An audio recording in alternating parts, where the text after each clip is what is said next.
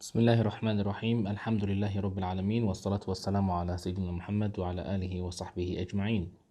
I would like to welcome my students from grade 12 in Hadda Valley School into their second online lesson regarding the topic of probabilities. So we have seen the beginning of this topic in the previous video, and in this video we're going to start with the second lesson, which is going to be about the construction of a probability model. Now, by the end of this lesson, you should be able to do the following. You should be able to construct the probability model of a given experiment, and you should also be able to calculate the probability of an event using the probability model. Now, this lesson is quite easy, and we're going to see a lot of examples in this lesson, but we will start with the theoretical part. So these were the lesson objectives, and let's start with the theoretical part. So the theoretical part is it starts with what is the probability model. Now look at this, guys.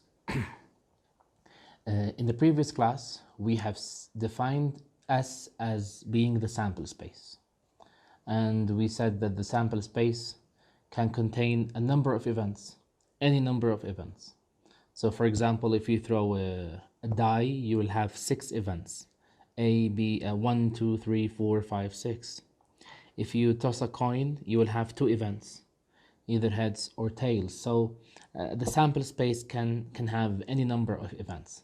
So let's say that we have the sample space, and let's say that we have these events, A1, A2, A3, and so on until AN. Okay, so these are a number of events that belong to the sample space. Now, if we take any of these events, and let's say that the one that we took is AR, and and R is any number from 1, 2, 3 all the way to N. So we're basically saying that the events, the AR is A1 or A2 or A3 or A4 or any other event. Now we will call this a probability model if 2 conditions were satisfied. So there are here 2 conditions. What are these 2 conditions? The first condition for calling this a probability model, to call it a probability model, the first condition is the following. The probability of AR should always be bigger than or equal to 0. This is the same as we have learned yesterday in the axiom, the first axiom, which says that the probability of any event should always be positive, is always positive. We have learned later on that the probability of any event is between actually 0 and 1. We called 0 in the previous class, we called 0 the impossible event or the null event, right? Or the null event. And we called 1 the sure event or the certain event, right?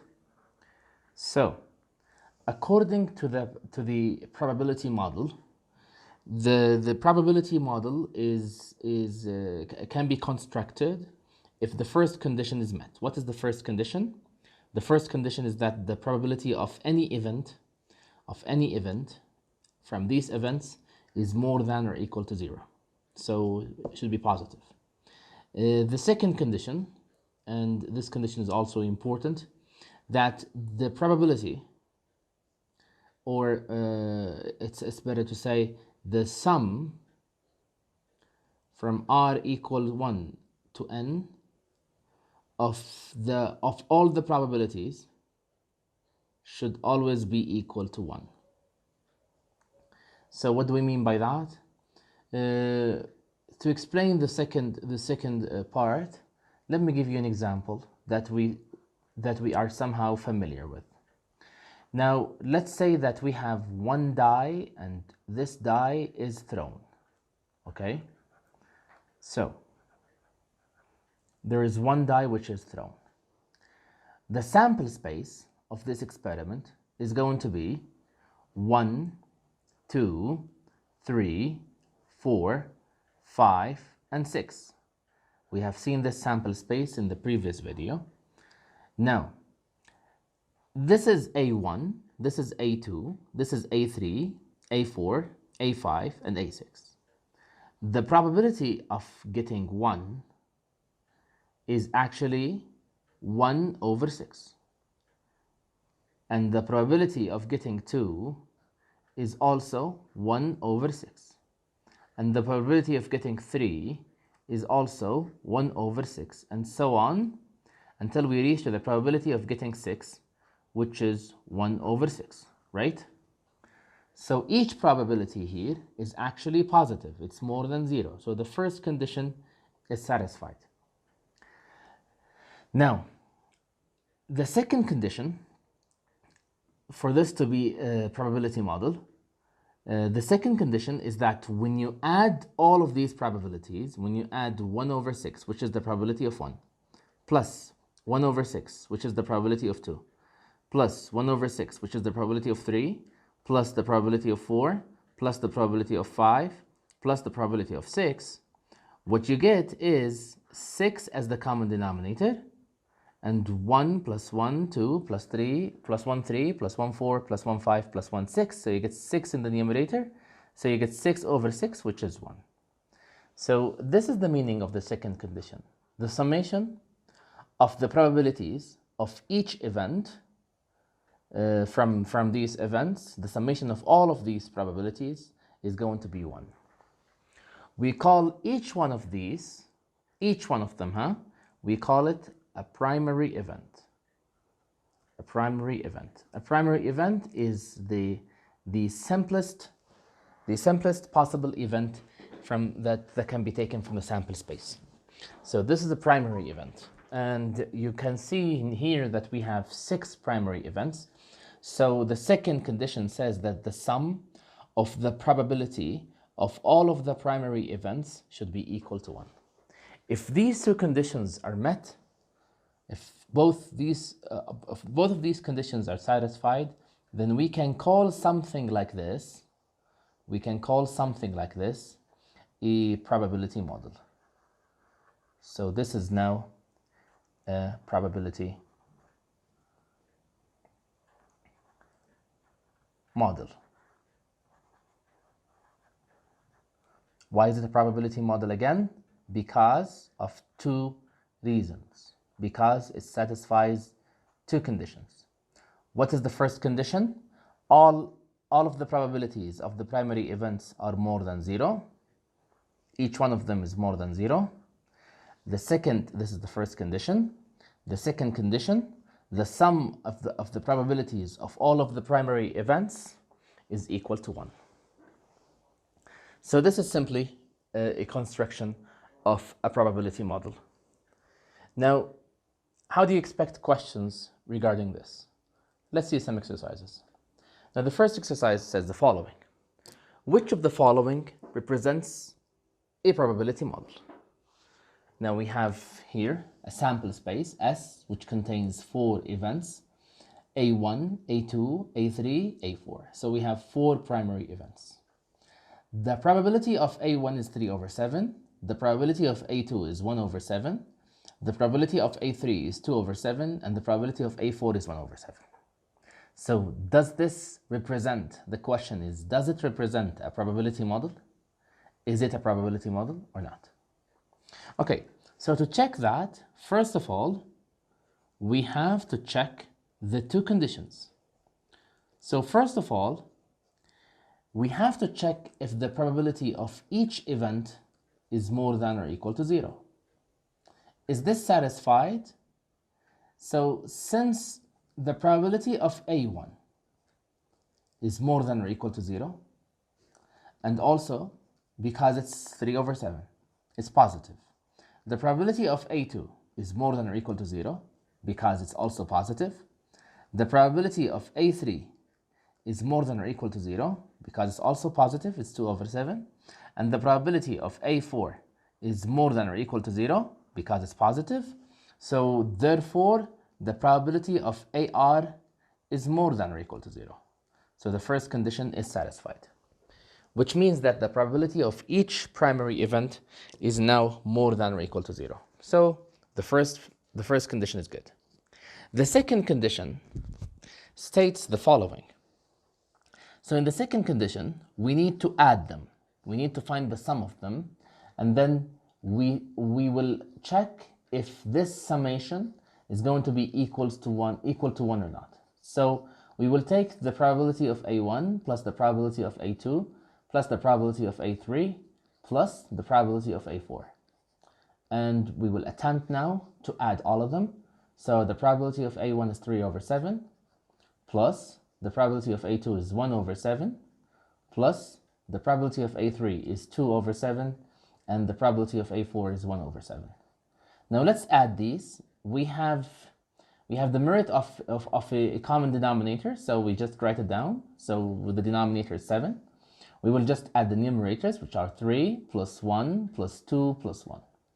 So now 3 plus 1 is 4, plus 2 is 6, plus 1 is 7. We would get 7 over 7, which is going to be equal to 1. So that means, so therefore, the summation from r equals 1 to n of the probability of AR, which means that the sum of all of these probabilities is equal to 1. And this is how we see now that the second condition is satisfied. So therefore, this is a probability model. So this is a probability model. So does this represent a probability model? Yes, it does. This question can be a true or false question. So you can have a question like this, and then they tell you at the end of the question that this is a probability model, and you have to check if it's true or false. Let's check another question. So here, the sample space is actually A1 and A2 and A3. So we have 3 primary events. The probability of A1 is 3 over 4. The probability of A2 is 1 over 2, and the probability of A3 is 1 over 3. So let's try to answer it. The first thing that we need to check is if the probability of AR is more than or equal to 0. So let's check that. So the probability of A1 is actually more than or equal to 0. It's positive. It's 3 over 4. And the probability of A2 is also more than 0 because it's positive. It's 1 over 2. And the probability of A3 is also more than or equal to 0 because it's positive. It's 1 over 3. So therefore, the probability of AR is more than or equal to 0. So is the first condition satisfied? Yes, it is. Now let's check the second condition, which is the summation from r equals 1 to n of the probability of AR, which should be equal to 1. So how do we check this? I'm going to take the probability of A1 plus the probability of A2 plus the probability of A3. And I will check if this is going to be 1 or not. So the probability of A1 is 3 over 4 plus the probability of A2 is 1 over 2 plus the probability of A3 is 1 over 3. Now this time, the denominators are different. They're not the same. And that's why we'll have to unify the denominators. 4, 2, and 3, we can unify all of them by 12. So we can multiply this by 3, and here also multiply this by 3 to get 12 in the denominator. Multiply this by 6, multiply this by 6 to get 12 in the denominator, and multiply here by 4, multiply by 4 to get the same thing, 12 in the denominator. So this is going to be the following. So the denominator, the common denominator, is going to be 12. In the numerator, we'll have 9 plus 6 plus 4. Now I think it's quite easy that if you add these numbers, you will get 19 over 12, and that is not equal to 1. This is more than 1. So that's why the second one is not a probability model. So this one is not a probability model. So this is basically the idea of the probability model. This is basically the idea that's behind any probability model. You just need to check if it's a probability model or not. How do you do that? You check the two conditions. Is each primary event more than 0? Is it positive? And then you check if the sum of the probabilities of the primary events is equal to 1. If these two conditions are satisfied, then you have a probability model. If not, you don't have a probability model. Another type of questions is the following. Now let's look at this question. It says 2 dice were thrown together. So part A of the question, construct a suitable probability model. So 2 dice were thrown together. The first thing that you need to do when you construct a probability model is you need to write the sample space.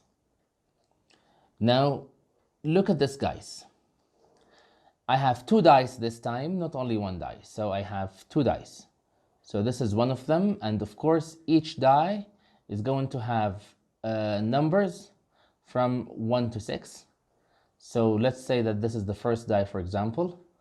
This face is 5, this face is 4, this face is 3. And let's say that we have another die as well, right here. So this time we don't have only 1 die like all the previous examples that we did before. This time we have 2 dice. And they say here that 2 dice were thrown. They want us to construct a suitable probability model. Now, when we talk about the sample space this time, when you're throwing 2 dice, you must notice the 2 numbers that you will get from the 2 dice.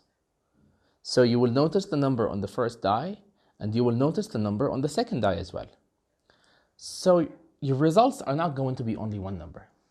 Your results are going to be 2 numbers. How do you construct the sample space?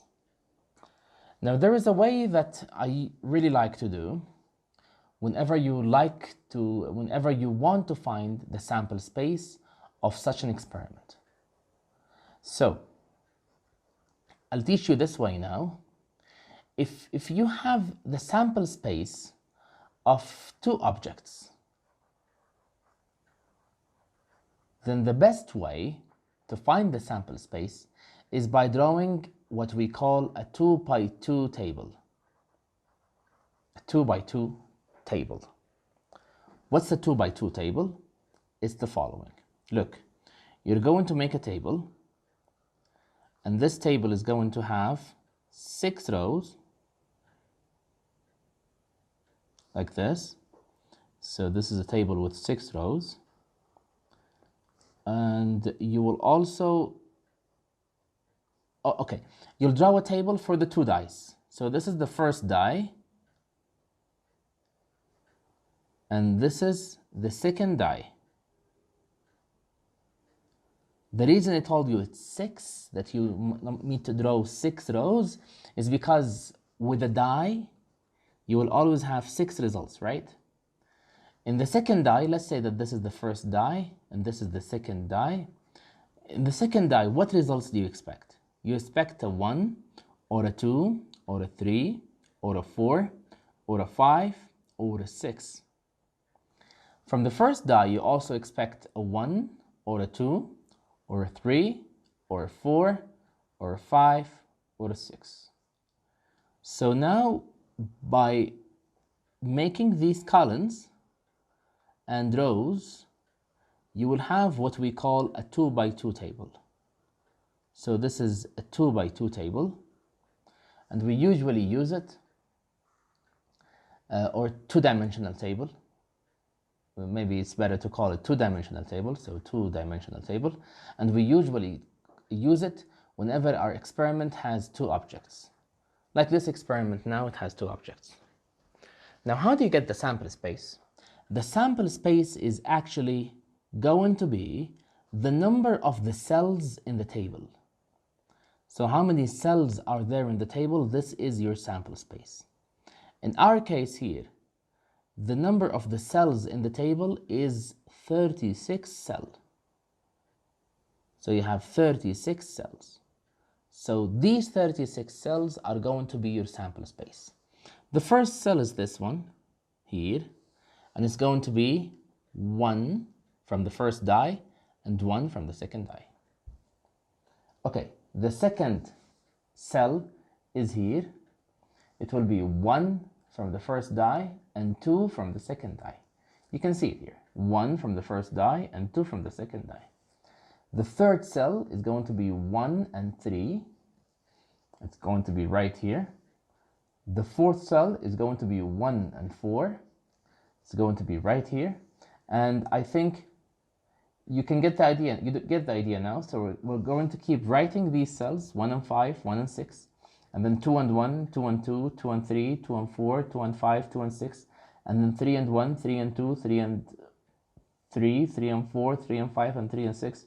And you will keep writing them until you reach to this cell, the last cell, which is going to contain 6 and 6.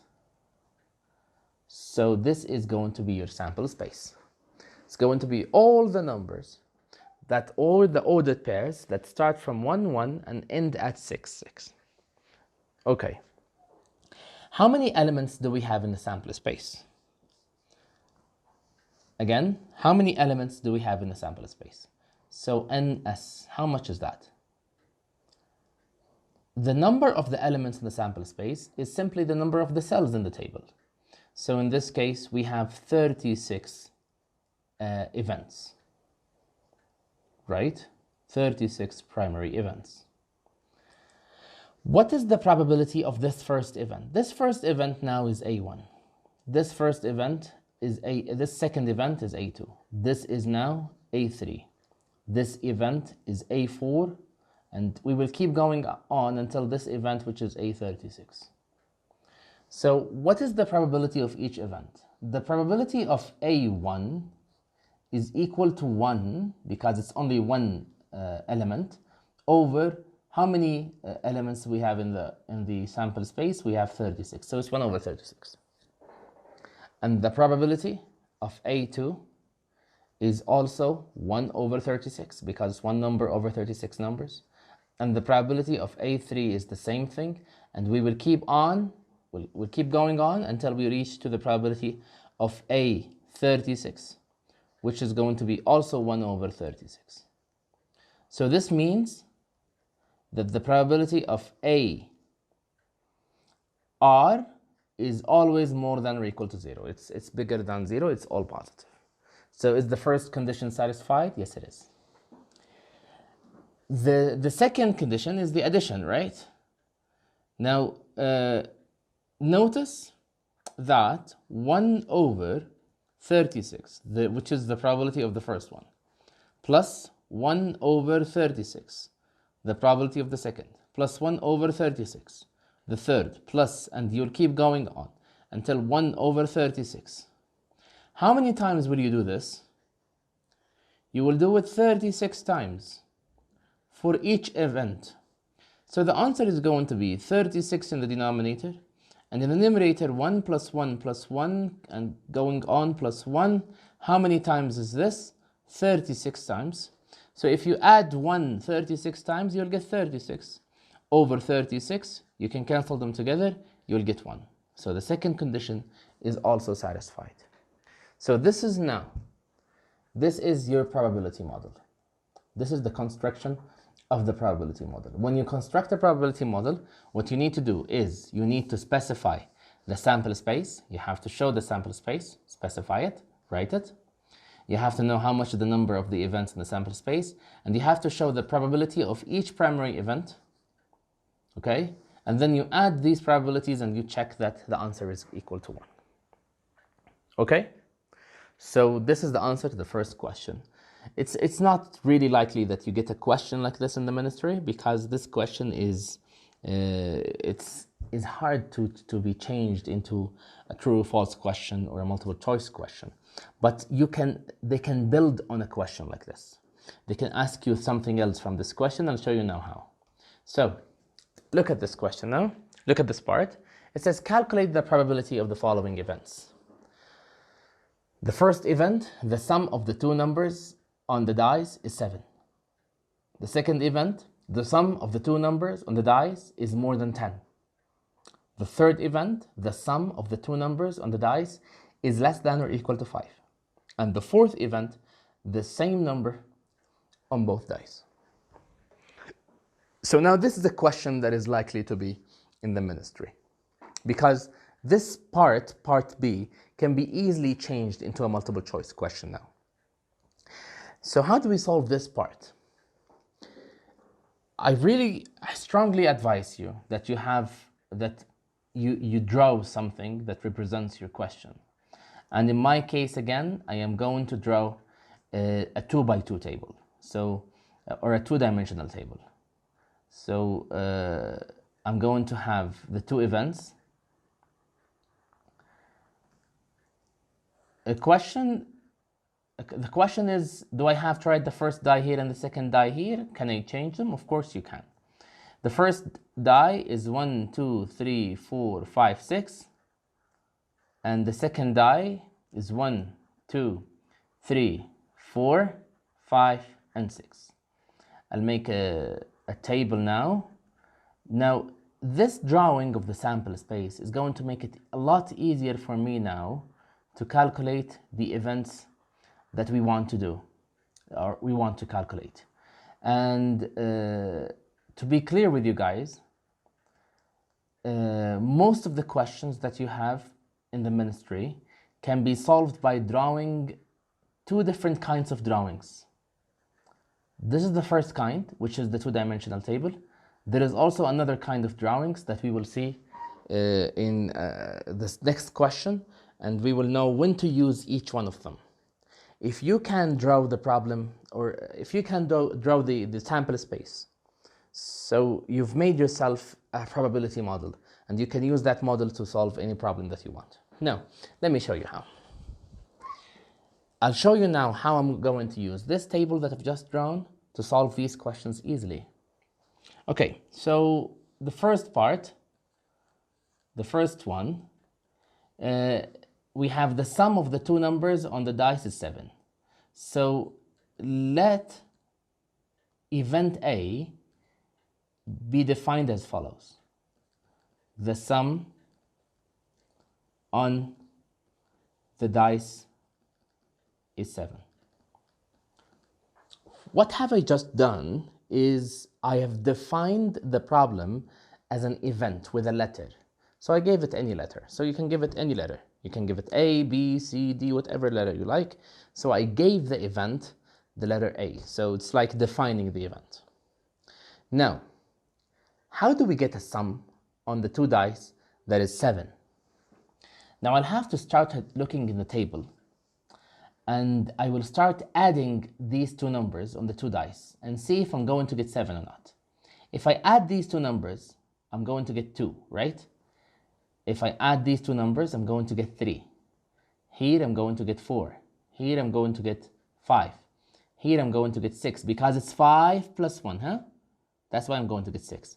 Here I'm going to get 7, so because it's 6 plus 1, 7. So is this good? Is this part of my event? Yes. So what I'm going to do is I'm going to write here that this is event A. And maybe I'll use a different color for this one. So let's use the black color. Okay, so I will say that this here, this cell is actually event A, because it is 6 plus 1, which is 7. Let's see if other cells also satisfy this. 1 plus 2, no. 1 plus 3, no. 1 plus 4, no. 1 plus 5, no. 1 plus 6 is yes. So this one also is A. 2 plus 1 is 3. 2 plus 2 is 4. 2 plus 3 is 5. 2 plus 4 is 6. 2 plus 5 is 7. So this is also A, because it's 7. And if you keep checking on the cells, you will notice that this diagonal actually is always going to give you 7. And this the only thing with which you can get a 7. So this means that we have now 6 cells. Count them. We have 6 cells. 1, 2, 3, 4, 5, 6. 6 cells that give you the number 7. So what does this mean? It means that A is equal to the following. As an event, it's equal to 1 and 6 and 2 and 5. I'm just looking at the cells from the table and writing them down. 3 and 4. 4 and 3. 5 and 2. 6 and 1. So this is the event A. This is the event itself.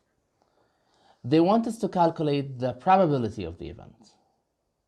And in the previous class, we have learned that the probability of any event A is equal to the number of the elements inside of A over the number of the elements inside of the sample space. So what's the number of the elements inside of A? How many elements do you have? 1, 2, 3, 4, 5, 6. So you have 6 elements inside of A over the number of the elements in the sample space is 36. You can do some cancelling now by 6, so you'll get 1 over 6. So this is the answer of the first part. So this is the probability of getting a sum that is equal to 7. So what does this mean? It means when you throw 2 dice, there's a probability of 1/6 of the times that you will get an addition of 7. Again, if you take 2 dice and you throw them 1,000 times, then you should expect that every 6 times you throw the dice, one of these times you will have an addition of 7. You'll have a sum of 7 from the 2 dice. This is the meaning of probability. Let's solve the second one. So let's move on to the second one. So the second one says that we want to have a sum on the 2 numbers that is more than 10. Okay, so here I'm going to call this event B. I'm going to name it, and I'm saying that event B is the sum on the dice is more than 10. So the sum is either 11 or 12. What am I going to do next is I'm going to go look in the table for any cell that if you add the 2 numbers, you will get more than 10. So either 11 or 12. Okay, how do you get more than 10? If you add 5 plus 5, you get 10. I'm not going to look in the small numbers. I'm not going to get 10 there. 5 plus 5 is 10. 5 plus 6 is 11. This is more than 10. So I can call this cell B because it's 5 and 6. Also 6 and 5, I will call it B because it gives me 11, more than 10. Also 6 and 6, it gives me 12, more than 10. So these 3 cells actually are going to give me a sum that is more than 10. So the event itself, event B, is going to contain the following. So B equals 5 and 6, 6 and 5, and 6 and 6. How many elements are these? The number in B is equal to 3, right? So the probability of B is going to be the number of B, the number of elements inside of B, over the number of elements inside of the sample space. And this is going to be 3 this time over 36. We can cancel by 3. I will get 1 over 12. And that is the probability of having a sum that is more than 10. Is this good so far? I hope it is. Let's check the third one. So the third one says that we need to have a sum of the 2 numbers of the dice that is less than or equal to 5. First of all, I'm going to define it. So I'm going to let C be the event. So it is the sum is less than or equal to 5. So we want the sum to be either a 5 or a 4 or a 3 or a 2 or a 1. So we want the sum to be a 5, a 4, a 3, or 2 or 1. Okay, if you want it to be 5, then 4 and 1 is a good choice. 3 and 2 is a good choice. 2 and 3 is a good choice. 1 and 4 is a good choice because all of these will give you 5. If you want it to be less than 5, so you want it to be 4, well, 3 and 1 will give you 4. 2 with 2 and will give you 4. 1 with 3 will give you 4. Notice that the diagonals always give you the same sum. And if you want less than 4, you want 3. 2 and 1 will give you 3. 1 and 2 will give you 3. If you want less than that is 2, 1 and 1 will give you 2. That's the least thing you can get from 2 dice. You cannot get less than 2 from the 2 dice. So how many elements do we have in this event? Let's see. So event C equals the following. Let's write them down. So it is 4 and 1, and 3 and 2, 4 and 1, yes, 3 and 2 gives you 5. 2 and 3 gives you 5. 1 and 4. And then you have 3 and 1, which gives you 4. You have 2 and 2, which gives you 4. And you have 1 and 3, which gives you 4. And then you have 2 and 1, which gives you 3. And 1 and 2, which gives you 3. And then you have 1 and 1, which gives you 2.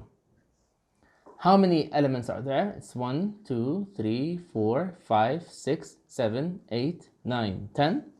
So the number of elements in C is equal to 10. And the probability of C is going to be equal to 10 over 36. You can cancel it by 2. You will get 5 over 18. And that is the probability of event C. I hope that this is clear, and I hope that you can appreciate how it's going to be easy if you draw the sample space in a two-dimensional table, just like the way we did now. So when you draw it, you can see it in front of you, and you can pick the cells that you want for each of the events that they're asking you for. Now I'm going to leave the fourth one as an exercise for you. I would love that you do this exercise. You can use the table, and you can just look for the cells in which you have the same number on both dice. So 6 with 6, 5 with 5, things like that. And just a hint, it's going to be a diagonal, and you can call it you can name it D, for example, or E. Any capital letter would do. I hope this example is clear.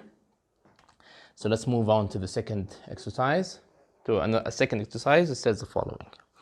So here we have a coin, and this coin is tossed 3 times, 3 consecutive times after each other. And they want us to calculate the probability of the following events: getting 1 head at least, getting 2 heads at least, getting only exactly 2 heads, and getting 2 consecutive tails. Okay.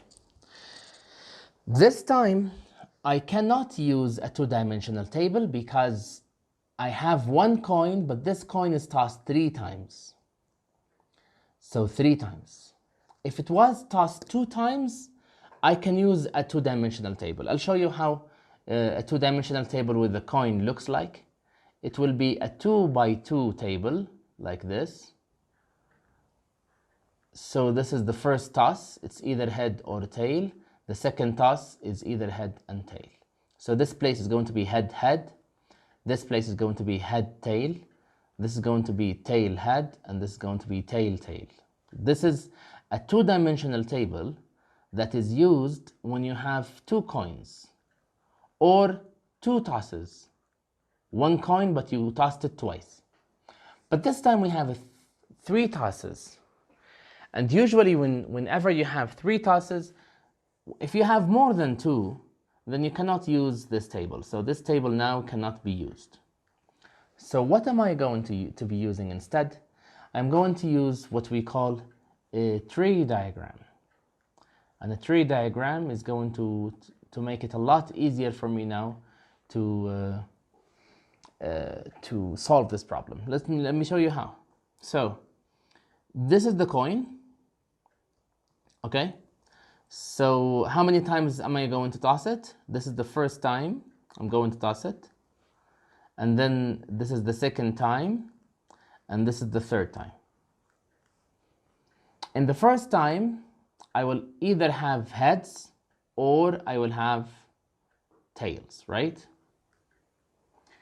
Now, let's say that we get heads in the first time. In the second time, is it necessary that I'm going to get heads as well? Not necessarily. If I'm going to get head in the first time, well, that doesn't mean that I'm going to get head in the second time as well. So in the second time, I still have two choices, either head or tail. The same thing here from the tail. In the second time, you will either get a head or a tail. And then the third time, if you get head in the first time and head in the second time, the third time, you might get a head and you might get a tail. The same thing with this branch. You might get a head and you might get a tail. I think you have something similar to this in biology. You might get a head and you might get a tail. And here also, you might get a head or you might get a tail. So this is the first toss, the second toss, the third toss. Your sample space now look at this carefully, guys.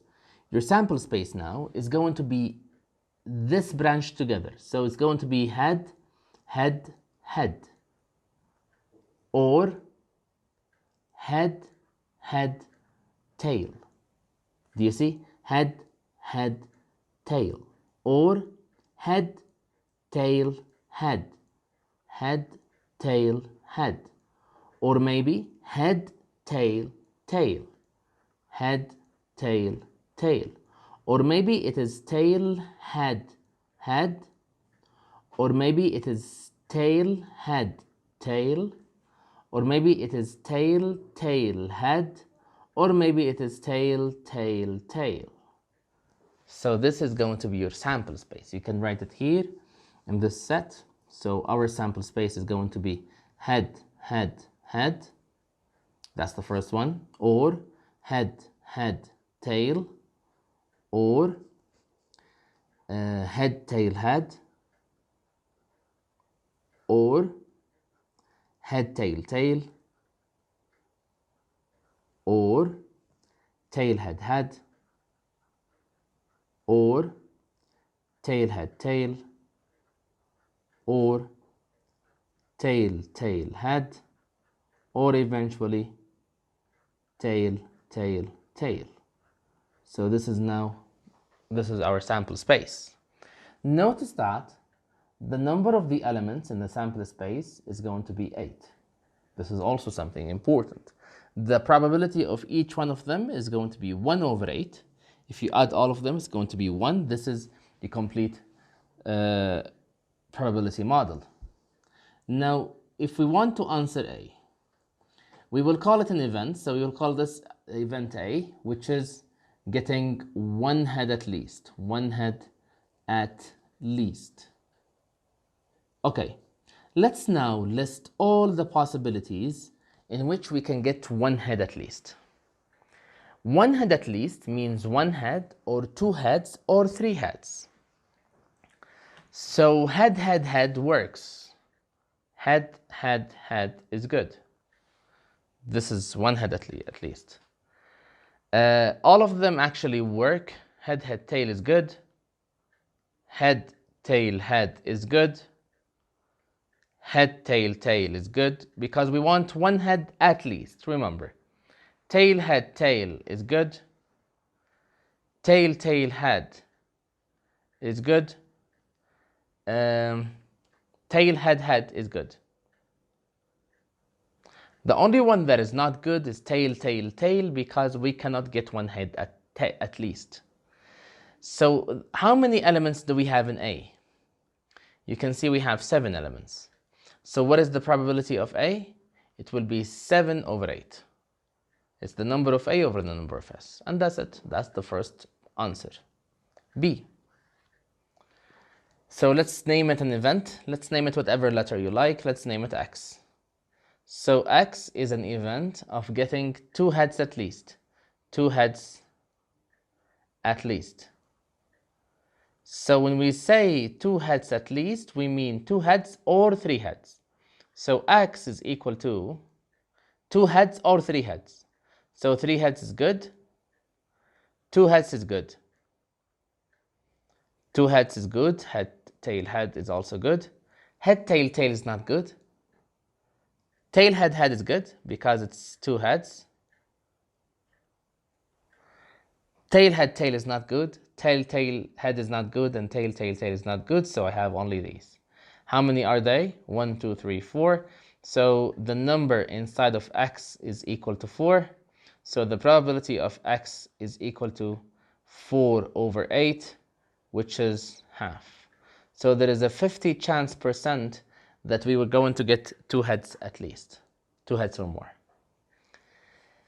Part C says that we want to get exactly 2 heads.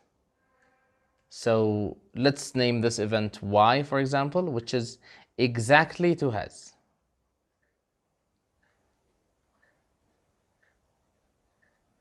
So Y itself as a set, exactly 2 heads. So either head, head, tail, 2 heads, or head, tail, head, 2 heads, or tail, head, head. That's 2 heads only. So exactly 2 heads, you'll have only 3. So the number of Y is going to be equal to 3, and the probability of Y is going to be equal to 3 over 8. The last part, I'll do it here. I'll call this event C, for example, which is 2 consecutive tails. Consecutive means after each other. So you're looking for 2 tails after each other. This happens here at head, tail, tail. These are after each other. And it happens also here, tail, tail, head. These are 2 tails after each other. And it happens one more time with tail, tail, tail, because you can say that there are 2 tails after each other.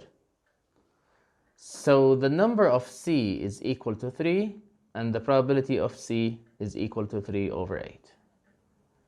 And this is how we used the tree diagram to solve a problem of this problem of probability quite easily. Okay, so it's always good, it's always an excellent idea to draw your problem. When you draw your problem with a suitable drawing, you can have a picture of it, and then you can solve it the right way. Sometimes, however, it's not really possible to draw, and in these cases, you just have to use simple common sense, like this question here. This question says that we have a hall that contains 80 students,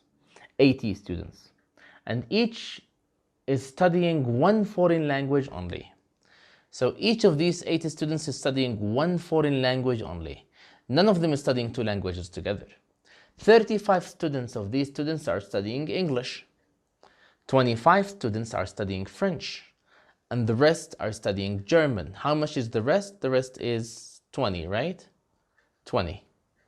I have 35 and 25, I have 60, so 20 are studying German.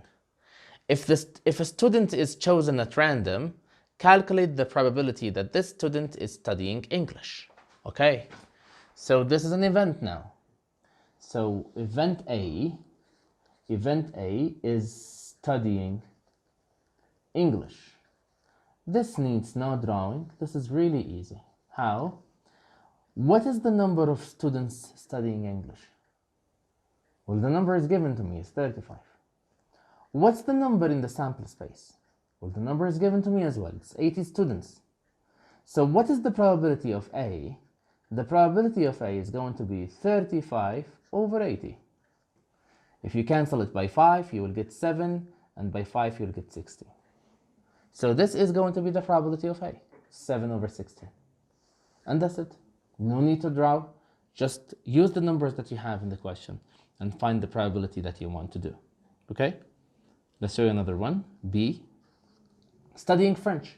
So let's name this B, studying French. Studying French. Okay, so this event is studying French is called B. What's the number of students studying French? There are 25. What's the number of students in general, which is the sample space? It is 80. So the probability of B is equal to 25 over 80. And if we cancel it by 5, we'll get 5 over 60. And the last event, the last event is C, which is studying English or French. Studying English or French. Now look at this, guys. The word or actually means union in probabilities. Or always mean union, and always mean intersection. So when they say studying English or French, they basically say English, which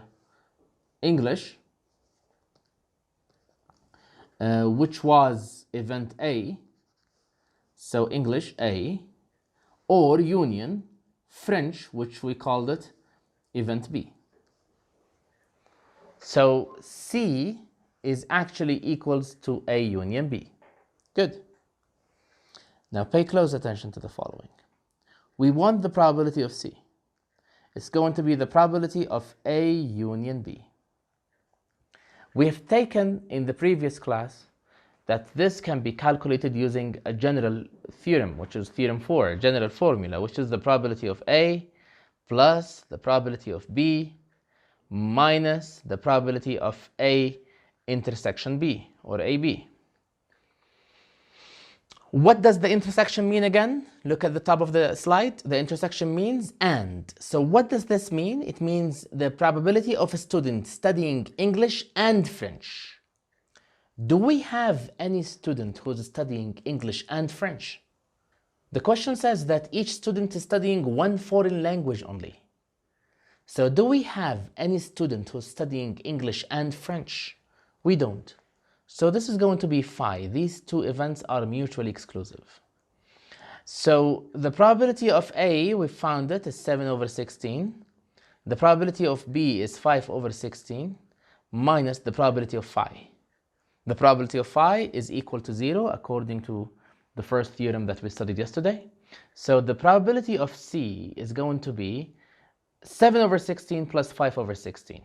So 16 is the common denominator. We have 5 plus 7, and 5 plus 7 gives you 12. So 12 over 16, you can cancel it by 4. You will get 3 over 4. So this is the probability of C, which means studying English or French. You can also solve this problem by actually counting how many students are studying English. So there are 35. And counting the students that are studying French, there are 25. Add them together, you'll get 60. Divide 60 by 80. You'll get also 3 over 4. So there are two ways, but I just like this one because it kind of reminds you of what you took yesterday.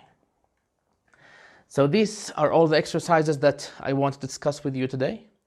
And for extra practice, I would encourage you to look at the book on pages 141 and 42. Don't solve all of the questions because some of those questions are cancelled because they are related to the last lesson. It's somehow complicated. I don't want to get you into the details, but just look at questions 1 and 6 and 10. If there are questions in the ministry, they're going to be like 1 or 6 or 10 because the rest is kind of cancelled. So look at questions 1 and 6 and 10 beside the questions that we solved today in our lecture.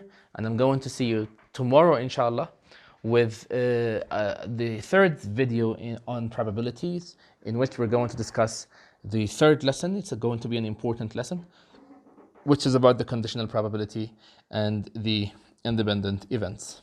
Until then, I hope you all stay safe, and I hope to see you soon, and peace.